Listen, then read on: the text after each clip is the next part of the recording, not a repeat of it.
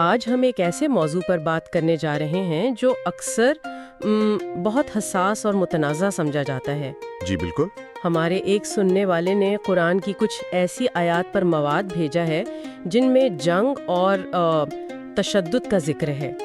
اور یہ وہ آیات ہیں جن پر سب سے زیادہ بحث بھی ہوتی ہے۔ بالکل، اور انہیں اکثر ان کے سیاق و سباق سے ہٹا کر پیش کیا جاتا ہے جس سے بہت سی غلط فہمیاں پیدا ہوتی ہیں۔ جی تو آج ہمارا مشن ان آیات کے پیچھے کی کہانی، ان کا تاریخی پس منظر اور ان کی جو مختلف تشریحات ہیں ان کو سمجھنا ہے۔ بالکل، اور یہ صرف یہ سمجھنے کی کوشش نہیں کہ یہ آیات کیا کہتی ہیں، بلکہ یہ بھی کہ یہ کیوں کہیں گئیں، اس وقت یعنی دنیا کیسی تھی۔ صحیح۔ کیا اس طرح کے احکامات صرف اسلام میں ہیں یا دوسری تہذیبوں اور مذاہب میں بھی اس کی مثالیں ملتی ہیں؟ اور سب سے اہم بات کہ صدیاں گزرنے کے بعد آج کے دور کے جو مسلمان اور غیر مسلم مفکرین ہیں وہ انہیں کس نظر سے دیکھتے ہیں۔ جی تو آئیے اس کی گتھیاں سلجھاتے ہیں۔ ہمارا مقصد کسی حتمی نتیجے پر پہنچنا نہیں بلکہ معلومات کی ان تہوں کو کھولنا ہے تاکہ ایک زیادہ واضح اور مکمل تصویر سامنے آ سکے۔ چلیں شروع کرتے ہیں۔ چلیں سب سے مشہور آیت سے شروع کرتے ہیں، سورۃ البقرہ کی آیت 191۔ جی اس کا ایک حصہ ہے اور انہیں جہاں پاؤ قتل کرو۔ اب جب کوئی یہ الفاظ سنتا ہے نا تو ذہن میں فوراً ایک بہت ہی جارحانہ تصویر ابھرتی ہے۔ بالکل آتی ہے، اور یہ فطری بھی ہے۔ لیکن یہاں سب سے بڑی غلطی جو لوگ کرتے ہیں وہ یہ ہے کہ وہ ان آیات کو خلا میں پڑھتے ہیں۔ خلا میں پڑھنے سے آپ کی کیا مراد ہے؟ یعنی جیسے آپ کسی ناول کا ایک جملہ بیچ میں سے اٹھا لیں اور کہیں کہ دیکھیں مصنف کیا کہہ رہا ہے۔ اچھا، جب تک آپ یہ نہیں جانیں گے کہ یہ بات کس نے، کب اور کیوں کہی، اس کا مطلب سمجھنا ناممکن ہے۔ اسلامی اصطلاح میں اسے اسباب النزول کہتے ہیں، یعنی نزول کے اسباب۔ ہر آیت کا ایک خاص پس منظر ہے۔ ٹھیک ہے، تو پھر اس آیت کا پس منظر کیا تھا؟ یہ کس سے اور کیوں کہا جا رہا تھا؟ دیکھیں، یہ آیت اس وقت نازل ہوئی جب مسلمان 13 سال تک مکہ میں شدید ظلم و ستم کا شکار رہے۔ 13 سال؟ جی، ایک طویل عرصہ۔ انہیں مارا پیٹا گیا، ان کا سماجی بائیکاٹ کیا گیا، ان کی جائیدادیں چھین لی گئیں اور آخرکار انہیں اپنے گھروں سے ہجرت کرنے پر مجبور کر دیا گیا۔ اور ہجرت کے بعد بھی انہیں سکون نہیں ملا ہے نا؟ بالکل نہیں۔ اس کے بعد بھی مکہ کے قریش نے انہیں چین سے نہیں رہنے دیا اور مدینہ پر حملے کی دھمکیاں دیتے رہے۔ تو یہ آیت ایک جنگی صورتحال میں نازل ہوئی، اور یہ ایک مخصوص فوجی حکم تھا ان حملہ آوروں کے خلاف جو مسلمانوں کے وجود کو مٹانے پر تلے ہوئے تھے۔ اچھا، تو یہ عام شہریوں یا دوسرے غیر مسلموں کے خلاف کوئی کھلا اعلان جنگ نہیں تھا؟ ہرگز نہیں۔ لیکن الفاظ پھر بھی بہت سخت ہیں، انہیں جہاں پاؤ قتل کرو۔ کیا یہ صرف دفاع سے کچھ زیادہ نہیں لگتا؟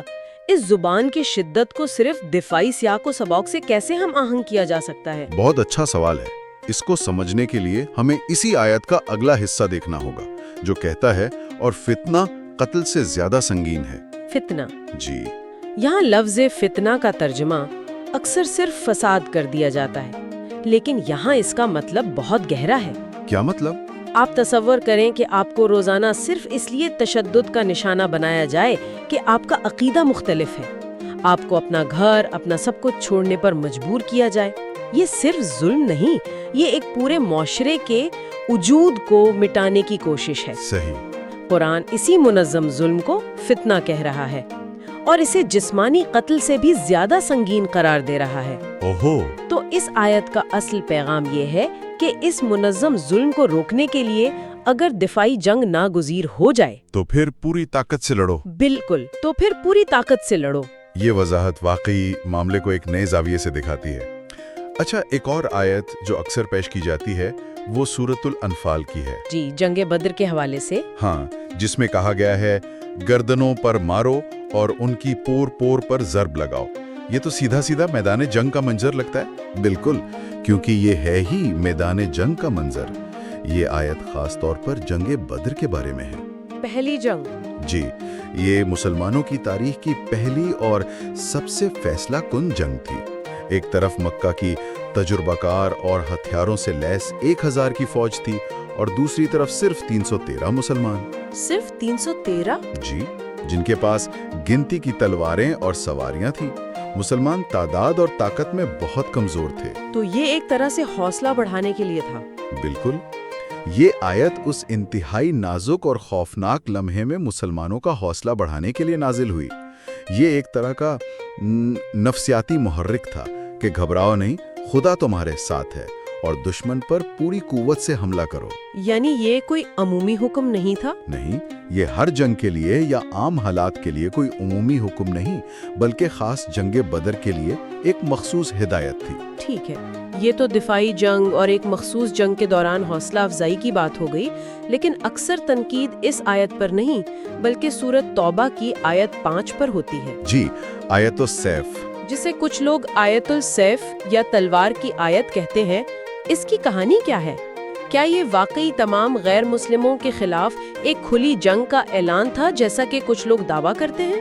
نہیں، یہ آیت شاید ان تینوں میں سب سے زیادہ غلط سمجھی جانے والی آیت ہے۔ اچھا، اس کا پس منظر یہ ہے کہ مسلمانوں اور عرب کے مختلف مشرک قبائل کے درمیان امن کے معاہدے تھے، لیکن ان میں سے بہت سے قبائل نے بار بار ان معاہدوں کو توڑا اور مسلمانوں کے اتحادیوں پر حملے کیے۔ یعنی دھوکہ دہی ہوئی؟ کئی سال کے دھوکہ دہی کے بعد یہ آیت ان معاہدہ شکن قبائل کے لیے ایک الٹیمیٹم کے طور پر نازل ہوئی۔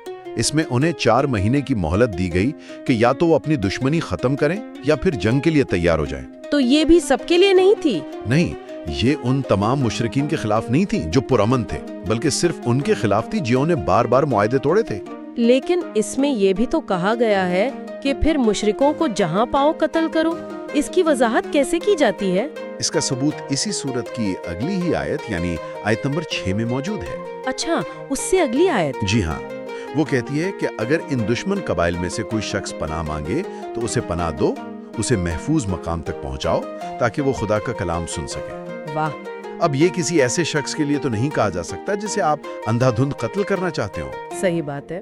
اس سے صاف ظاہر ہے کہ مقصد جنگ نہیں بلکہ معاہدوں کی پاسداری اور امن کا قیام تھا۔ اور اس سے بھی بڑا ثبوت، جب نبی اکرم صلی اللہ علیہ وسلم نے مکہ فتح کیا تو انہوں نے اپنے بدترین دشمنوں جنہوں نے ان پر 13 سال ظلم کیا تھا ان سب کو عام معافی دے دی۔ اگر مقصد سب کو قتل کرنا ہوتا تو یہ اس کا بہترین موقع تھا۔ بالکل۔ تو آپ یہ کہہ رہے ہیں کہ قرآن نے اس دور کی جو بے لگام جنگیں تھیں ان پر اخلاقی پابندیاں لگائیں؟ یہ تو عام تاثر کے بالکل برعکس ہے۔ جی بالکل۔ 7ویں صدی کا عرب ایک قبائلی معاشرہ تھا جہاں جنگیں روزمرہ کا معمول تھی۔ عزت، بدلہ اور مال غنیمت کے لیے چھاپے مارنا، جسے غزوہ کہتے تھے، ایک عام بات تھی۔ چمچر کا حصہ تھا۔ جی، اس ماحول میں قرآن نے جنگ کے اصول متعارف کروائے۔ اس نے سختی سے منع کیا کہ جنگ میں عورتوں، بچوں، بوڑھوں اور مذہبی پیشواؤں کو قتل نہ کیا جائے، فصلوں اور درختوں کو تباہ نہ کیا جائے اور دشمن کی لاشوں کی بے حرمتی نہ کی جائے۔ یہ اس دور کے لحاظ سے تو بہت ہی انقلابی قدم لگتا ہے۔ بالکل انقلابی تھا۔ ایک منٹ، کیا اس طرح کی خدائی طور پر منظور شدہ جنگ کا تصور اس دور میں عام تھا یا یہ صرف اسلام میں ہی تھا؟ یہ ایک بہت اہم نکتہ ہے۔ مذہبی جنگ کا تصور اس دور میں ایک آفاقی معمول تھا۔ اچھا۔ اگر آپ عبرانی بائبل یعنی عہد نامہ قدیم کو دیکھیں تو وہاں جوشوا اور استثنا جیسی کتابوں میں واضح احکامات ملتے ہیں، جہاں خدا بنی اسرائیل کو حکم دیتا ہے کہ وہ کینان کی سرزمین فتح کرتے ہوئے پورے کے پورے شہروں کو ان کے باشندوں سمیت نیست و نابود کر دے۔ یعنی مکمل تباہی کا حکم۔ لیکن بعد میں سینٹ آگسٹین جیسے مفکرین نے جسٹ وار یعنی منصفانہ جنگ کا نظریہ پیش کیا، جس میں کچھ شرائط کے تحت جنگ کو جائز قرار دیا گیا۔ صحیح۔ تو اسلام نے کوئی نئی چیز ایجاد نہیں کی، بلکہ پہلے سے موجود تصور کو اخلاقی ضابطوں میں باندھنے کی کوشش کی۔ یہ تاریخی پس منظر تو بہت اہم ہے، لیکن صدیوں کے دوران مسلم علماء نے خود ان آیات کو کیسے سمجھایا ہے؟ کیا ان کی تشریح ہمیشہ ایک جیسی رہی ہے؟ نہیں، بالکل نہیں۔ تشریحات وقت اور حالات کے ساتھ بدلتی رہی ہیں۔ یہاں 2 بڑے مکاتب فکر نظر آتے ہیں، ایک قدیم یا کلاسیکی علماء کا جیسے الطبری اور ابن کثیر۔ ٹھیک ہے۔ وہ بڑی بڑی سلطنتوں کے دور میں رہتے تھے جہاں اصول تھا فتح کرو یا فتح ہو جاؤ۔ اس دور کے سیاسی حقائق مختلف تھے۔ جی، اس وجہ سے کچھ علماء نے نسخ یعنی منسوخی کا نظریہ پیش کیا۔ ان کا خیال تھا کہ سورۃ توبہ کی آیت 5 یعنی تلوار کی آیت نے پہلے نازل ہونے والی تمام پرامن اور صلح جوئی والی آیات کو منسوخ کر دیا ہے۔ یہ تو ایک بہت بڑا دعویٰ ہے، یعنی کہ بعد میں آنے والی ایک آیت نے پچھلی سب کو ختم کر دیا۔ جی، یہی ان کا نظریہ تھا، لیکن یہ ایک بہت متنازع نظریہ تھا۔ تو کیا آج بھی علماء اس نظریے کو مانتے ہیں؟ نہیں، آج کے مرکزی دھارے کے اکثر علماء اس نظریے کو مسترد کرتے ہیں۔ اسے کبھی بھی تمام علماء کی حمایت حاصل نہیں رہی۔ اچھا، آج کے علماء جیسے یوسف القرضاوی یا طارق رمضان وہ قومی ریاستوں اور بین الاقوامی قوانین کے دور میں رہتے ہیں۔ وہ تاریخی پس منظر اور اسباب النزول پر بہت زیادہ زور دیتے ہیں۔ یعنی وہ سیاق و سباق کو اولویت دیتے ہیں۔ بالکل، ان کا موقف ہے کہ قرآن کی کوئی آیت منسوخ نہیں ہوئی، بلکہ ہر آیت اپنے مخصوص سیاق و سباق میں لاگو ہوتی ہے۔ پرامن حالات کے لیے پرامن آیات ہے اور جنگی حالات کے لیے جنگی آیات۔ اور جنگ بھی صرف مخصوص حالات میں؟ جی، صرف دفاعی یا معاہدات توڑنے والوں کے خلاف جائز ہے۔ ٹھیک ہے، ہم نے تاریخی اور مذہبی دفاع سن لیا، لیکن اب سکے کا دوسرا رخ دیکھتے ہیں۔ ناقدین اور غیر مسلم کیا خدشات اٹھاتے ہیں؟ جی، یہ بھی بہت اہم ہے۔ میں ایک نقاد کا کردار ادا کرتی ہوں۔ یہ سب تاریخی وضاحتیں اپنی جگہ، لیکن متن تو آخر متن ہے، الفاظ تو وہی ہیں، اور داعش اور القاعدہ جیسی تنظیمیں انہی الفاظ کو اپنے مقاصد کے لیے استعمال کرتی ہیں۔ اس کا کیا جواب ہے؟ یہ ایک انتہائی اہم اور جائز نقطہ ہے۔ ناقدین کا سب سے بڑا خدشہ لفظی تشریح کا خطرہ ہے۔ وہ کہتے ہیں کہ آپ لاکھ تاریخی پس منظر بیان کریں، لیکن جب قرآن میں لکھا ہے انہیں جہاں پاؤ قتل کرو، تو ایک انتہا پسند اسی کو بنیاد بنا کر تشدد کو جائز قرار دے سکتا ہے۔ ان کے نزدیک یہ الفاظ بذات خود خطرناک ہیں۔ اور ان کا دوسرا بڑا اعتراض کیا ہے؟ دوسرا اعتراض ابدی حکم کا ترک ہے۔ ان کا کہنا ہے کہ چونکہ مسلمان قرآن کو خدا کا ابدی کلام مانتے ہیں تو اس کے احکامات بھی ابدی ہونے چاہیے۔ اچھا، لہٰذا یہ آیات صرف 7ویں صدی کے لیے تاریخی اسباق نہیں بلکہ ہر دور کے لیے مستقل احکامات ہیں۔ وہ اس بات کو ماننے سے انکار کرتے ہیں کہ یہ احکامات مخصوص حالات سے مشروط تھے۔ یہ تو دلچسپ بات ہے کہ اس معاملے میں ناقدین اور انتہا پسندوں کی سوچ ایک جیسی ہے۔ بالکل، دونوں ہی ان آیات کو ان کے سیاق و سباق سے الگ کر کے ایک آفاقی حکم کے طور پر دیکھتے ہیں۔ یہاں ایک اور دلچسپ بات ذہن میں آ رہی ہے۔ سورۃ التوبہ والی مثال پر واپس چلتے ہیں، جہاں معاہدہ توڑنے والوں کو سزا دی گئی۔ کیا جدید سماجی علوم اس قسم کے رویے کے بارے میں کچھ کہتے ہیں؟ بالکل، اور یہ واقعی بہت دلچسپ ہے۔ گیم تھیوری جو کہ معاشیات اور سیاسیات میں استعمال ہوتی ہے، اس میں ایک حکمت عملی ہے جسے ٹٹ فار ٹیٹ کہتے ہیں۔ ٹٹ فار ٹاٹ یعنی جیسے کو تیسا؟ ایک طرح سے جی، یہ بالکل ایسا ہی ہے جیسے دو لوگ کاروبار کر رہے ہوں۔ جب تک آپ ایماندار رہیں گے میں بھی رہوں گا۔ جس دن آپ نے دھوکہ دیا، نہ صرف میں آپ سے تعلق توڑوں گا بلکہ اس کا ایک سخت جواب بھی دوں گا تاکہ مستقبل میں کوئی اور ایسی ہمت نہ کرے۔ صحیح۔ ماہرین اسے طویل مدتی تعاون کے لیے ایک بہت مؤثر حکمت عملی مانتے ہیں۔ سورہ توبہ کی یہ آیت اسی سماجی اصول کو ایک بڑے پیمانے پر لاگو کرتی نظر آتی ہے۔ یہ محض ایک جذباتی رد عمل نہیں بلکہ ایک سوچی سمجھی اسٹریٹجی ہے۔ ایک منٹ رکیں، کیا اس کا تعلق ارتقائی نفسیات سے بھی جوڑا جا سکتا ہے؟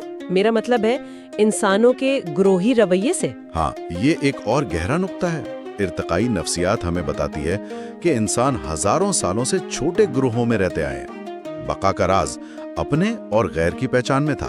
ان گروپ اور آؤٹ گروپ؟ بالکل، جب کسی گروہ کو بیرونی خطرہ محسوس ہوتا ہے تو اس کے اندر اتحاد اور تعاون بڑھ جاتا ہے۔ اسے ان گروپ آؤٹ گروپ نفسیات کہتے ہیں۔ جنگ بدر کے موقع پر نازل ہونے والی آیات اس مخصوص تاریخی لمحے میں اسی نفسیاتی رد عمل کو متحرک کر رہی تھی۔ اچھا، یہ مسلمانوں کو بتا رہی تھی کہ تم ایک گروہ ہو، تمہاری بقا خطرے میں ہے اور تمہیں مل کر مقابلہ کرنا ہے۔ اس سے ان میں لڑنے کا حوصلہ اور اتحاد پیدا ہوا۔ تو یہ صرف مذہبی احکامات نہیں تھے بلکہ انسانی نفسیات کی گہری سمجھ پر بھی مبنی تھے۔ جی بالکل۔ تو آج کی اس پوری گفتگو کا خلاصہ کیا نکلتا ہے؟ ہم نے تاریخ، مذہب، تنقید اور یہاں تک کہ سماجی علوم کے زاویوں سے بھی اسے دیکھا۔ خلاصہ یہ ہے کہ سیاق و سباق ہی سب کچھ ہے۔ یہ آیات خلا میں نازل نہیں ہوئی بلکہ ایک انتہائی پرتشدد اور وحشیانہ دور میں ایک ایسی نوزائیدہ کمیونٹی کو مخاطب کر رہی تھیں جس کی بقا داؤ پر لگی تھی۔ انہوں نے جنگ کو شروع نہیں کیا بلکہ پہلے سے جاری جنگ کو اصولوں کا پابند بنایا۔ بالکل۔ اور تشریحات کا کردار بھی بہت اہم نظر آیا۔ جی، ہم نے دیکھا کہ تشریحات وقت کے ساتھ کیسے بدلیں۔ کلاسیکی دور کے علماء نے اپنے زمانے کے مطابق انہیں سمجھا اور آج کے علماء بین الاقوامی قوانین اور انسانی حقوق کے تناظر میں انہیں دیکھتے ہیں۔ اور انتہا پسند گروہ ان تمام 1400 سال کی علمی روایت، سیاق و سباق اور جنگ کے اسلامی اصولوں کو نظر انداز کر کے ان آیات کی لفظی تشریح کرتے ہیں جو کہ مرکزی دھارے کی اسلامی سوچ کے بالکل خلاف ہے۔ صحیح۔